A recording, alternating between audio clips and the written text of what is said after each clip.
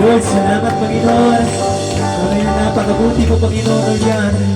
Sa oras na ito Panginoon, walang ibang may taas Panginoon, kundi ikaw lamang Panginoon. Sa iyo natin ibinabalik Panginoon ang sawat na namin. Sa tanging pangalan mo namang Isus. Amen. Amen.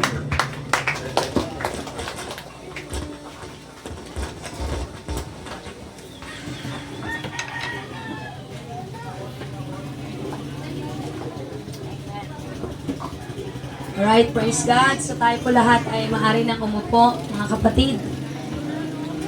So, good afternoon everyone. So, kayo po ay pwede na pong umupo sa inyong pinaka-convenient na upuan ngayon.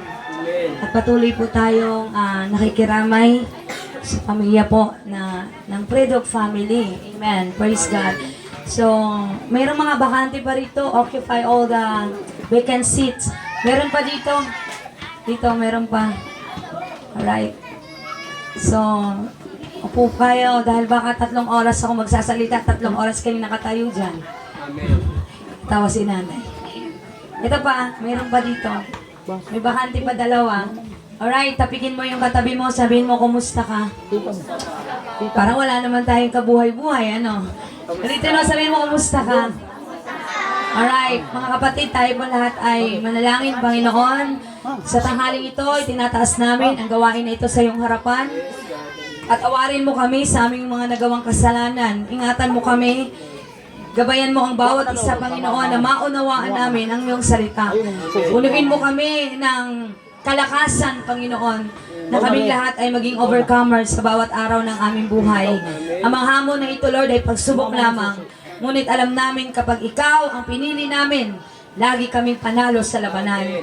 Dukuban at ingatan mo kami ng iyong banal na dugo. Sa pangalan ni Jesus lahat tayo magsabi na Amen. Amen. Palakpakan natin ang ating Panginoon.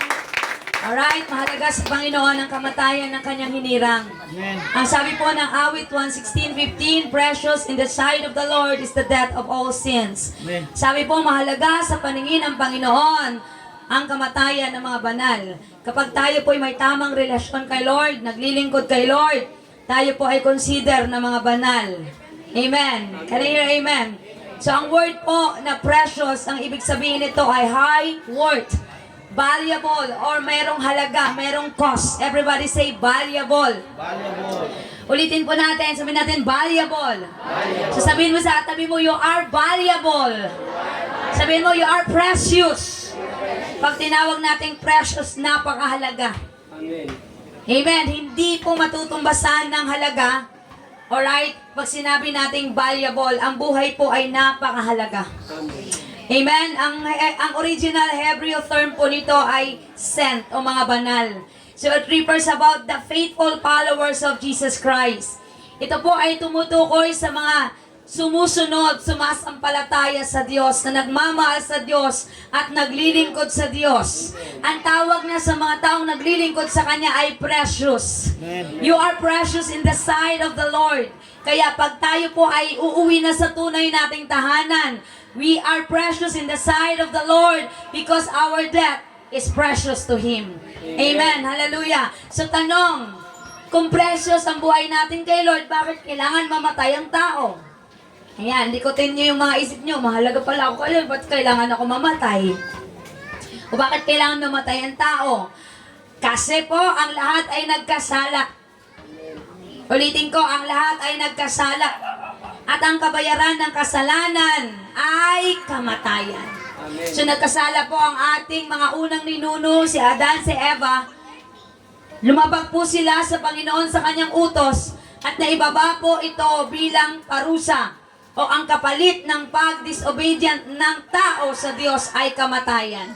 Kaya lahat po ay pupunta rito. Sa ayaw at gusto natin, lahat tayo pupunta rito, huwag ka lang magmamadali. Sabihin mo sa tabi mo, huwag ka lang magmamadali. Alright, amen, hallelujah, glory to God. So hanggat buhay pa tayo, hanggat buhay ka pa, ang Diyos ang nagbibigay sa iyo ng buhay, ang Diyos din ang nagbibigay sa iyo ng proteksyon. Hanggat buhay ka, you are covered by the blood of Jesus. Can I hear amen? So ang Diyos po ang nagbigay ng buhay, siya rin ang mag-protection sa atin. Kaya lahat tayo ay mawawala sa mundong ito. Amen? Ulitin ko, wag lang tayong magmamadali. Can I hear amen? So bago ka pa man isilang sa mundong ito, amen? Hallelujah, alam na ni Lord ang appointed time para sa oras at edad mo kung kailan ka aalis sa mundong ito. According to Awit 139:16, ako'y iyong nakita na hindi pa man sinilang, batid mo kung ilang taon ang haba ng aking buhay. Amen. Alam ni Lord kung gaano ka dapat katanda magstay sa mundong ito. Kaya nga kung pupunta kayo sa semeteryo, ang edad doon hindi pare-pareho. Hindi 90 years old, pareho. Hindi po. May bata, may matanda. Amen. Kasi batid na ng Diyos kung gaano kahaba ang edad natin na mamalagi sa mundo. Pagkat ito'y nakatatak na sa aklat mo sa talaan. Matagal nang balangkas mong ikay lamang ang nakakaalam. Maliwanag na ang nakakaalam sa plano ni Lord, sa buhay ni Apak, siya lamang. Kaya kung may mga katanungan kayo kung bakit, masagot na sana ngayon ang mga katanungan kung bakit. Kanina, amen. Sa pagkakataon pong ito, nais ko po na tayo pong lahat ay mag-focus sa salita ng Panginoon. Amen. At naniniwala ako na tinanggap ni Jeremy si Lord. bilang kanyang Panginoon, ang kanyang pangalan ay nakasulat na sa aklat ng buhay. Amen. Kaya tanungin mo ang katabi mo, nakasulat ka na ba? Amen. Baka sa utangan nakasulat. Pero sa aklat ng buhay, baka hindi pa. Mga kapatid, at ito yung panahon na may pag-asa pa para maisulat ang iyong pangalan sa aklat ng buhay. Na hindi maaring kalimutan ng Diyos ang iyong pangalan sapagkat ikaw'y tinawag at hinirang ng Diyos at ikaw ay tagasunod ng Panginoon. Balakpakan po natin ang ating Diyos na buhay. Kung ang maging buhok natin ay bilang ng Diyos, kung ang mga ibon sa impapawid bilang ng Diyos, kung ang mga bulaklak alam ng Diyos ang mga katangian na yan, tayo pa kaya? Hindi niya tayo kilala? Ang buhay na yan ay galing sa Diyos. Kaya ulitin ko, precious in the sight of the Lord is the death of all saints. Napakahalaga sa paningin ni Lord ang kamatayan ng isang taong may takot kay Lord, sumasampalataya kay Lord, may tamang relasyon kay Lord. Mahalaga ang buhay mo, kapatid. Kaya sabihin mo sa katabi mo, magbago-bago ka na. Bago-bago ka na. Sabihin mo, magbago-bago ka na. Amen. Hallelujah. Glory to God. Amen. May isang lingkod ng Panginoon na namatay po, hindi sa sakit, kundi sa isang persecution, sa isa pong kaganapan na hindi natin magugustuhan. Ito po ay tungkol sa buhay ni Esteban. Kilala niyo po ba si Esteban? Namatay si Esteban dahil pinagbabato siya dahil sa kanyang pagtatanggol sa kanyang pananampalataya. At mabasa po natin ang kwento na ito sa Gawa 7:59 to 60. Na habang binabato si Esteban, nakuha niya pang manalangin. At ang sabi niya sa kanyang panalangin, Panginoong Hesus, tanggapin mo po ang aking espiritu. Amen. Lumuhod si Esteban at sumigaw ng malakas, Panginoon, huwag mo po silang panagutin sa kasalanang ito. Namatay na si Esteban, naghihingalo na, pero napatawad pa ang kanyang mga killer. Pero tayo, no, hindi man tayo pinagpapapatay ng pisikal, pinagpapatay tayo ng masamang salita. Pero hanggang ngayon, hindi pa rin natin napatawad ang mga taong gumagawa sa atin ng ganun. Sabihin mo sa katabi mo, patawarin mo na. Lakasan mo, sabihin mo, patawarin mo na. Amen. Una, si Esteban ay namatay dahil nagmamahal siya sa Panginoon. Esteban po isang tapat ng lingkod ng Panginoon. Kabilang po siya sa 7 diakono o lingkod ng Iglesia ng Diyos according to Gawa 6:5. Nalugod ang buong kapulungan sa panukalang ito sapagkat isa si Esteban sa napili. Isang lalaking lubusang mananampalataya sa Diyos. Hindi lang ito, kundi puspos siya ng banal na Espiritu Santo. Amen. So ang katangian po ni Esteban ay lalaking lubusang nanampalataya sa Diyos. Makita natin ang kanya pong relasyon sa Diyos ay malalim. Pangalawang katangian, puspos ng banal na Espiritu Santo. At ayon po sa talatang 8, pinagpala ng Diyos si Esteban at pinagkaluban ng kapangyarihan. Kaya naman habang siya humahayo, okay, lahat ng may sakit ay gumagaling sa pamagitan ng panalangin. Lahat po ng kanyang mapanalangin ay gumagaling. Lahat ng nakarinig ng mabuting balita ay napalaya sa opresyon. Sila po lahat ay nakatanggap ng salvation. Yan po ang katangian ni Esteban, faithful servant of God. Amen. Hallelujah. Kaya nga po ang nilagay natin dun sa logo na ginawa ng Ignite kay Jeremy, well done, my good and faithful servant. Palakpakan natin ang Panginoon. Esteban died, umanaw siya sa hindi ka nais-nais, hindi dahil matanda na siya, hindi dahil may sakit siya, hindi dahil na aksidente siya, kundi hindi dahil pinarusahan siya ng mga taong galit sa kanya. Yon ang nangyari po kay Esteban. He murdered. Pinatay siya ng mga taong galit lang dahil siya'y nangaral ng salita ng Panginoon.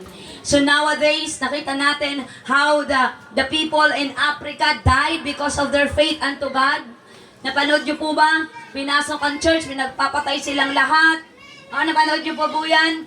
Ilan po ngayon ng mga Kristyano namatay sa Africa dahil lang sila'y lumalaban sa kanilang pananampalataya. Dahil ang mga taong ito ay iba ang paniniwala. Pasalamat tayo. Philippines is a freedom. Is a nation na may freedom of speech, freedom of religion. Kaya hanggat freedom pa, meron pa tayong kalayaan, samantalahin na natin ito. Dahil darating ang araw, baka matulad tayo sa ibang bansa na kapag nalaman nilang ikaw ay may Kristo, ikaw ay tagasunod ni Kristo, ang buhay mo ay manganganib. Kaya amen. Ito na yata ang pinakamasakit na kamatayan, yung walang sakit, bata pa, no? Wala ka namang ginawang masama, pero bigla ka na lang kinuha ni Lord. Bakit ba? Kasi ganyan magmahal si Lord. Ayaw niya na uling magkasala pa ang kanyang anak.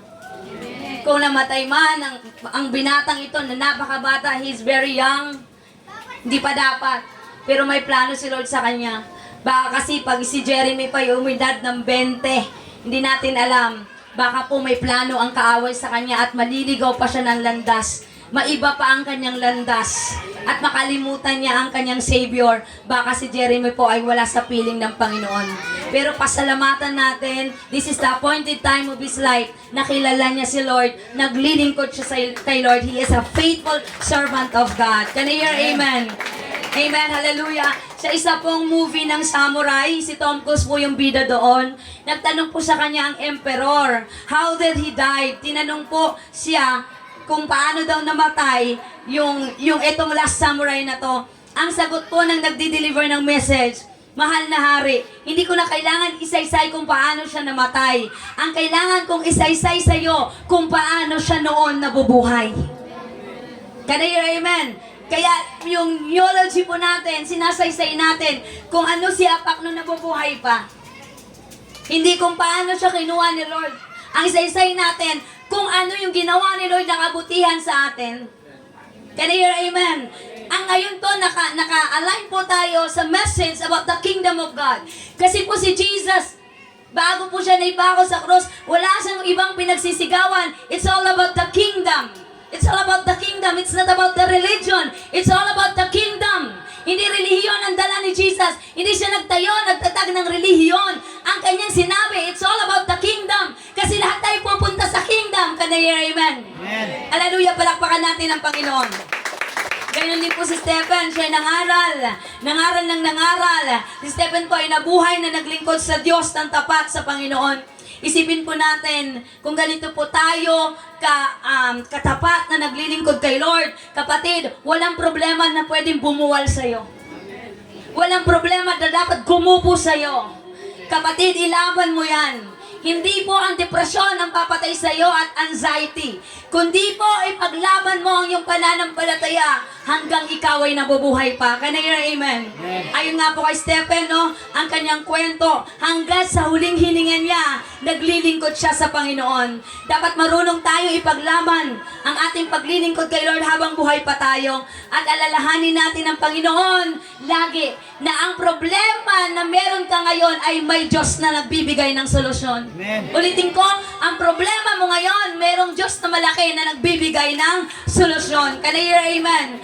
Sayang po ang buhay sa mundong ito kung mamamatay tayong walang relasyon sa Diyos. Sabihin mo sa katabi mo, sayang na sayang. Nakakapanghinayang po kung tumigil ka sa paglilingkod kay Lord. Wake up, believers. Kung ikaw ngayon lang nakarinig nito, magsimula kang kasama ang Diyos. Kung ikaw ay matagal nang naglilingkod kay Lord, huwag ka nang tumigil. Na sinasabi ko sa iyo, matatalo ka lang. Hindi ka mananalo kapag titigil ka. Naunawaan po ba natin? Hallelujah. Sayang kung hindi mo nakilala ang Panginoon. Tapos bigla ka mawala sa mundong ito. At hindi ka mapapapasok sa kingdom niya dahil wala ka namang alam tungkol dito. Can I hear amen? Bakit ka papapasukin hindi mo nga alam kung ano meron sa loob? Excited po, di ba? Kung makakita tayo ng isang mga part, kagaya po ng sa Hong Kong Disneyland, nakita po natin yung ganda. Hindi pa tayo nakapunta pero na-excite na tayo. Kasi ang ganda ng Disneyland, yun yung nasa mind natin dahil nakita natin yung video ng Disneyland. Kaya na-excite tayo. Can I hear amen? Amen. Hallelujah. Glory to God. Ganun po dapat tayo. Na-excite tayo, naglilingkod kay Lord dahil mayroong langit na nag-aantay para sa atin. Can I hear amen? Sa palagay mo ba, nasayang ba ang buhay ni Esteban? Hindi po nasayang. Dahil ngayon naging kwentong maganda sa ating harapan ngayon. Kung wala pong buhay na naging martir, wala pong paglaganap ng salita ni Lord sa panahon natin ngayon. Kung wala pong nauna at nagsakripisyo, wala pong ngayong kaligtasan ng tao. Dahil wala namang magsasabi sa atin kung sinong namatay sa krus, kung ano ang plano ng Panginoon sa buhay natin, at ano ang plano ng Diyos sa sangkatauhan. Dahil po sa mga taong ito na ipalaganap po ang salita ng Panginoon. Amen? Ang sabi nga kagabi, sa binasa kong talata sa inyo, sa Pilipos 1:21, ang sabi ni Paul, "For to me to live is Christ, and to die is gain." Sapagat para sa akin, ang buhay ay para kay Kristo, at ang kamatayan ay pakinabang. Sabihin mo sa katabi mo, pakinabang. Ulitin ko, paano namatay si Esteban? He died while preaching. He died while praying. He died trusting the Lord. At panghuli, he forgave his own killers. Amen. Ang sabi niya, Panginoon, patawarin mo po at huwag mong panagutin ang gumawa nito sa akin. Tayo nga, hindi pa tayo namatay. Hindi tayo marunong magpatawad Nagtatanim pa tayo ng mga kawayan Hanggat yan umutubo yan, anak. Ganyan ang galit ko dyan sa tita mo, sa uncle mo, sa mga ano na yan. Nagtatanim tayo ng kung ano-ano tinatanim natin. Alright, but look at this man of God. Hallelujah. Lumuhod si Esteban at sumigaw ng malakas. Ano yon? Panginoon, wag mo po silang panagutin sa kasalanan ito. Amen. Wag po silang panagutin sa kasalanan ito. Grabe po ang kanyang devotion sa Panginoon na kahit huling hininga, nagbaba ng patawad. Alam niyo po ba, nare-release lang yung forgiveness kapag may ganito na, yung mga hindi nag-iimikang pamilya, bigla na lang magkakaayos. Totoo hindi. Napapatawad. Pero nung buhay pa, hindi pinapatawad. Kung kailan namatay na, saka magpapatawad. Tama po ba? Nung buhay pa, hindi natin binibigyan ng pansin, ng halaga. Amen. Hallelujah. Amen po ba? Pero ngayon, mahalaga na. May ba taong namatay na hindi pinapansin ng pamilya? Kulang ng pagkalinga, pero nung matay na lahat, binigay na. Kung kailan patay na, saka natin gustong pakainin ng Jollibee. Gusto natin dalhin sa MOA. Makakapunta pa ba yun? Kaya hanggat buhay pa ang mga minamahal, mahalin ng totoo at lubusan. Can you hear amen?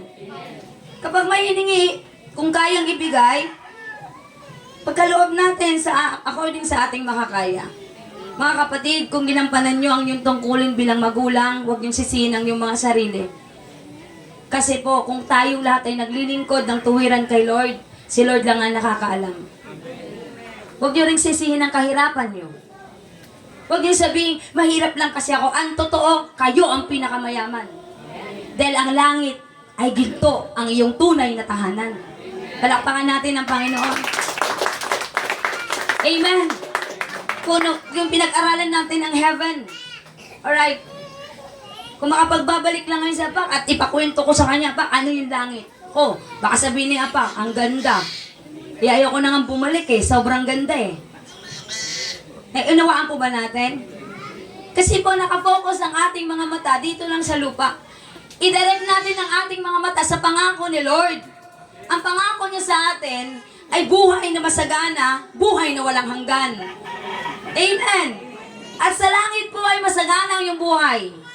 Of course, hindi pwedeng papasok sa langit ang taong may bit-bit na bisyo. Amen. Mabigat kasi hindi makapasok. Biruin mo, ikaw na lang ang pwedeng pumasok, magbitbit ka pa ng ng alak. Ay, hindi pa pwede yan. Ikausap po ba ako? Hindi pwede bitbitin mo ang bisyo mo sa langit kasi ang langit ay perpektong lugar. Ulitin ko, a perfect place ang langit. Perpekto po ang langit. Kaya kung hihi ka ng tawa dito sa lupa, automatic, merong grace para sa'yo. Kapag ang huling hininga mo, ibinigay mo kay Lord, tatanggapin ka niya sa langit. Kung maalala mo lang, ha? Paano kung hindi mo naalala? Yun ang masaklap. Kaya laging may paalala ang Bible na every minute, every time, kausapin si Lord, humingi tayo ng tawad. Amen. Palakpakan natin ang Panginoon. Sa haling kamatayan ni Stephen, siya nagpatawad. Pumanaw siya ng walang sama ng loob. Minsan makita niyo yung mga nakahimlay, nakasimangot, Pero si Jeremy, nakasmile. Pansin niyo, nakasmile siya. Wala siya sama ng loob, masaya siya. Yung iba, di ba? Pansin nyo, nakasimangot. Anong kwento? Bakit nakasama? Kasi meron niyang, anak na hindi pa pumunta, inantay. Hindi pa napatawad. Paano mo masabing, Nay, patawad po? Eh, hindi ka na maririnig ng nanay mo. Naunawaan po ba natin? Napaka hindi magandang tingnan, Nay. Yung nasa kabaong nakasimangot. No? Makita mo pag silip mo doon, anong kayang problema nito? Namatay sa punong-puno ng problema. Diba? Pero eto, batang ito, kung tingnan nyo, nakatingin na ba lahat? May mga tao kasi takot tumingin sa ano. Ang gamot po niyan, kung takot kayo sa patay, tumingin kayo sa patay o kaya hawakan nyo ang patay. Dati po, matatakotin din talaga ako niyan. Takot na takot ako niyan. Pero nung naging pastor po ako, kailangan mag-preach sa patay, kailangan tumingin. Yung iba ayaw tumingin dahil di daw makakatulog. Okay? Paisipan nyo lang yan, hindi na po yan babangon at babalik pa. Dahil nasa piling na yan ng Panginoon. Amen po ba? Hallelujah! Kaya kung kayo, takot kayo, dapat tumingin kayo mamaya. Sabi nila, wag na. Alright? Amen? So, dito po tayo. Conclusion. Gutom na ba kayo? Gutom na tayo? Hindi pa? Umamin kayo, gutom na kayo? Okay? Alright. Gutom na raw yung mga nasa likod. Okay, conclusion tayo. May kwento po tungkol sa isang miyembro at pastor. Ang miyembro po ay tumawag sa kanyang pastor dahil may sakit ang kanyang tatay. So, ang pangalan po ng, apelyido po ng pastor ay si Pastor Mabilisan. Yan. Kasi meron pong mabagal, ito mabilis. Tumawag po ang membro, sabi niya, hello po Pastor Mabilisan. Pastor, pakibisita po yung aking tatay na may sakit. Alright, pagka tanggap ni Pastor Mabilisan, ay mabilis din agad na pumunta kasi mabilis nga siya. Nung nalaman niya may sakit, punta agad siya. Kasi may pastor po na mabagal. Alright, at may pastor naman na mabilis. Okay. So nalaman ni Pastor Mabilisan, ay hindi na nagbagal-bagal pa, pumunta at binisita ang tatay. So sa kanila pong pag-uusap, tinanong niya po na mabilisan din. No? Alright? Mabilisan ang kanyang tanong. At sabi niya, Tay, nananalangin ka ba? Sabi nung tatay, ay hindi eh. Kasi hindi pa ako marunong manalangin. Okay. Mabilisan ding pinayuhan ni Pastor Mabilisan si tatay. Okay. Tay, ganito. Sabi niya, kumuha siya ng upuan. Upuan, kinuha niya. Pahingi upuan. Okay. Ayan, ang bilis naman niya. No? Ayan. Bilis talaga si Rosa. Kumuha siya ng upuan. Tay, ganito lang yon. Turuan kita. Isipin mo na sa upuang ito, nakaupo dito si Jesus. Alright? At si Jesus nakaupo dyan, humingi ka ng tawad sa kanya. Okay. Kaya ang matanda, lumuhod at nakaganyon doon sa upuan. Alright? Sabi niya, ganyan lagi tay ang gawin mo. Ganyan, dapat ang panalangin na gawin mo. Humingi ka ng tawad kay Lord. Isipin mo si Lord nasa upuan, nakalin ka sa Kanya. Alright. So, ito na po. So, pagkatapos nun, mabilisan ding umuwi si Pastor Mabilisan. Mga ilang araw, tumawag sa kanya ang member, Pastor, kinuha na po ng Panginoon ang aming tatay. Kaso lang po, meron po kaming nakita. Si tatay po, Pastor, ay namatay na nakayakap sa kanyang upuan. Ibig sabihin, nung marinig ni tatay ang tungkol kay Jesus, sinabuhay niya, araw-araw siyang nanalangin, ginawa niya yung sinabi ni Pastor Mabilisan, kinuha siya ni Lord na nanalangin. Palakpakan natin ang Panginoon. Ikaw, ano kaya ang sitwasyon mo pagdating ng araw? Amen.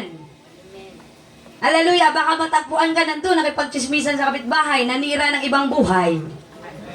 Makita ka ni Lord na nasa cellphone, nagraran ka ng ibang tao. at chinismis mo, maging ang kapamilya mo. Can I hear amen? Baka matagpuan ka nila sa sugalan, no? Sa patay sindi na ilawan. Matagpuan ka ni Lord na nagnakaw, natagpuan ka ni Lord sa hindi magandang kalagayan. Kapatid, sinasabi ko sa inyo, ang sinumang sumasampalataya kay Kristo, ang sabi po ng John 11:25-27, ang sinumang sumasampalataya sa akin, kahit mamatay ay muling mabubuhay. Amen. At sinumang nabubuhay at sumasampalataya sa akin ay hindi mamamatay kailanman. Palakpakan natin ang Panginoon. Amen. So dapat, ang kalooban ni Lord na masunod sa ating mga buhay. Can I hear amen? Kaya habang nandito pa tayo sa mundong ito, gawin nating malugod at kabuti-buti ang ating mga buhay sa harapan ng Panginoon. Tumayo po tayo lahat. Hallelujah. Glory to God.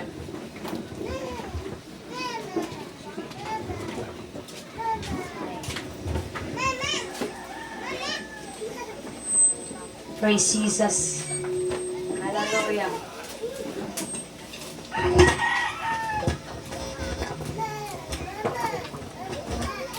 Hallelujah. Nagpapasalamat kami, Lord, that we are gathered here today to honor you, to glorify your name. Napakabuti mo, O Diyos.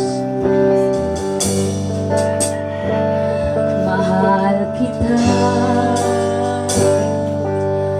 walang hanggan ang iyong biyaya, buong buhay.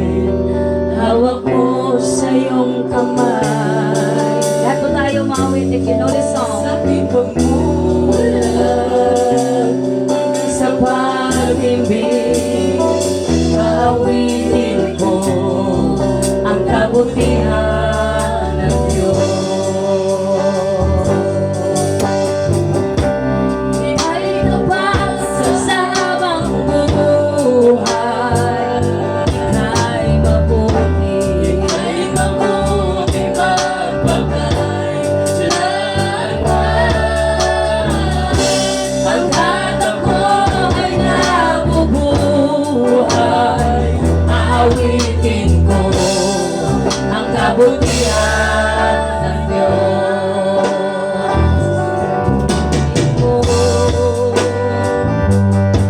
Ang siyang gabay sa kasakitan at nariyan ka sa gitna ng kadiliman. Kay aking kaibigan, O Diyos aking Ama, at ako'y buhay sa kabutihan ng Diyos. Everybody, let's sing this song. Ika'y tapat sa habang buhay, ika'y mabuti, magpagay hanggat ako ay nabubuhay,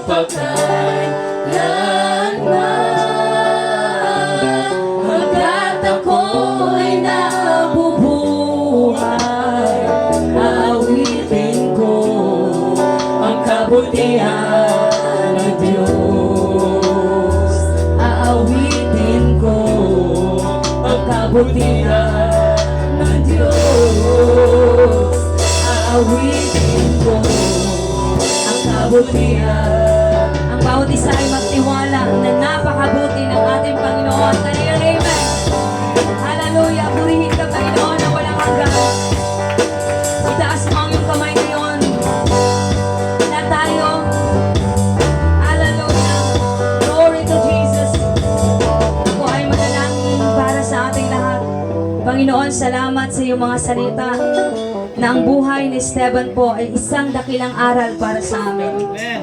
Na Lord, ang kanyang buhay ay napakahalaga sa iyong harapan. Ganon din kami, Lord God, pakaingatan mo kami araw-araw. Ilayo mo kami, Lord God, sa spirito ng disgrasya, kamatayan in Jesus' name. Sa pangalan ni Jesus, proteksyonan mo po ang aming mga buhay. Ikaw, Panginoon, ang gabay at patnubay naming lahat. In the mighty name of Jesus, anumang plano at gawa ni Satanas, hindi makapangyayari. Winawasak namin ito ngayon pa lang. In Jesus' name, cover us with your blood, Lord. Salamat, Lord, sa mga banal na nandito ngayon. Ang kanilang mga buhay ay precious sa iyong harapan. Lukuban mo kami, Panginoon. Hallelujah. Silyuhan mo kami ng iyong kapangyarihan at lukuban ng iyong banal na dugo. Ito ang aming samudalangin at tayo ay magsabi ng Amen. God bless everyone. Amen.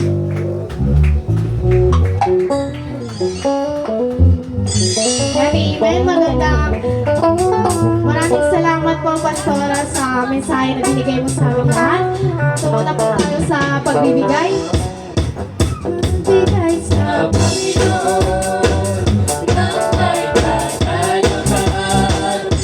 Magbigay sa Panginoon ng may kagalakan.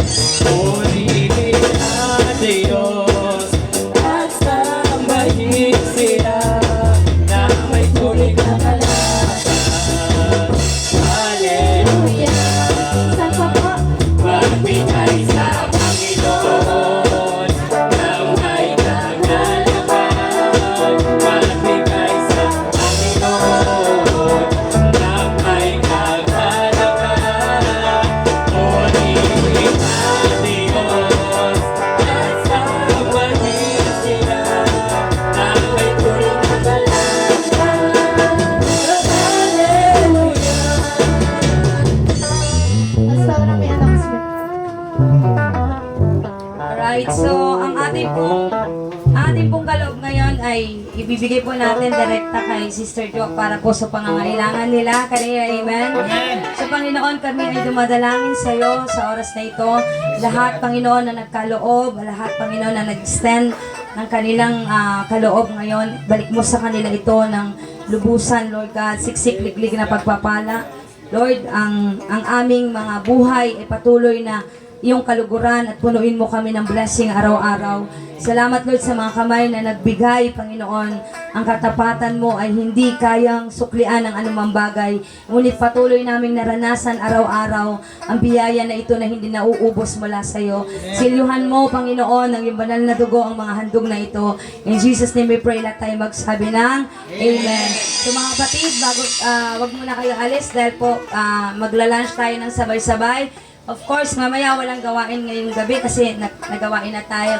We will proceed on Monday, Tuesday, Wednesday, Thursday, Friday. Samahan po natin lahat o ninyo ang pamilyang ito sa kanilang pinagdadaanan ngayon. To God be the glory. Tumayo po tayo lahat. Hallelujah. Let us pray. Lord, salamat Panginoon sa gawain na ito na natuto kami, namulat sa katotohanan. Ikaw ay aming naparangalan. Lord, we declare, hallelujah, sabay-sabay natin sabihin, I am happy, I am healthy, I am wealthy. To God be all the glory. Salamat Lord sa mga deklarasyon na yan na mangyari sa amin. Ikaw Panginoon na mag-ingat sa bawat isa. Punuin mo kami, Lord God, ng kalakasan, pagpapala, proteksyon mula sa iyo. At patuloy, Lord God, na yumabong ang aming mga buhay. Patuloy mong i-comfort ang Predog family. Ingatan mo ang tatay nila na makarating, Panginoon, ang ligtas. I pray na may gagawin ka sa tatay ni Jeremy. I pray, Lord, na may gagawin ka sa buhay ni Talok. I pray na ang buong Piyuket and Predog family ay, Lord, maliligtas ang lahat ng kanilang mga kamag-anak, angkan, Lord, na maglilingkod sa iyo. Lord, ang lahat ng member ng Ignite, gently, Lord, bless mo ang kanilang mga buhay. At salamat, Lord God, sa mga aming kaibigan na dumating. Pagpalain mo rin po sila, Panginoon. All the glory belongs to you, God. Sa ngalan ng Ama, ng Anak, at ng Basbas, ng Banal na Espiritu Santo, mga kapatid, umayo tayo lahat. Dalhin natin ang paglingap at ang pag-ibig ng Diyos na sumasa atin ngayon at kailan paman. Lahat ng anak ng Diyos ay malayang magsabi ng Amen. God bless and be blessed.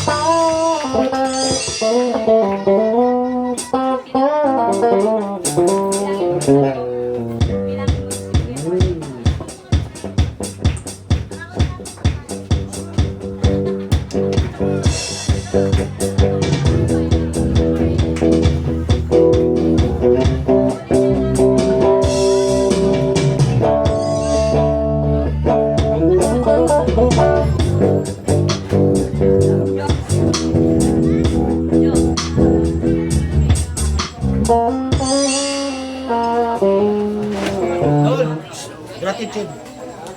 Favorite niya pa. Gratitude. Nakitiw ha.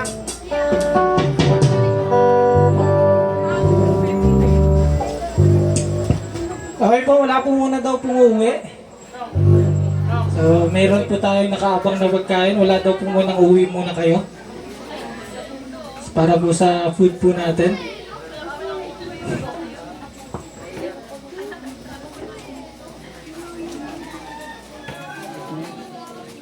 Sasamas lang. Ano mga? Wala bang YouTube? Ano? Ano? Buhay mo. Buhay mo yung YouTube. YouTube muna tayo, YouTube.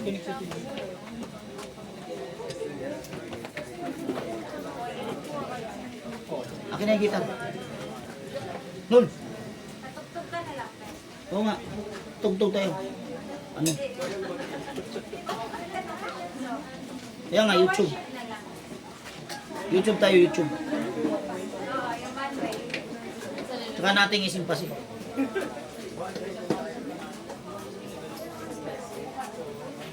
Hindi mo nga yung bag. Akin na yung bag ko rin. Yung isa lang, yung Bible. Uy! Thank you very much for watching.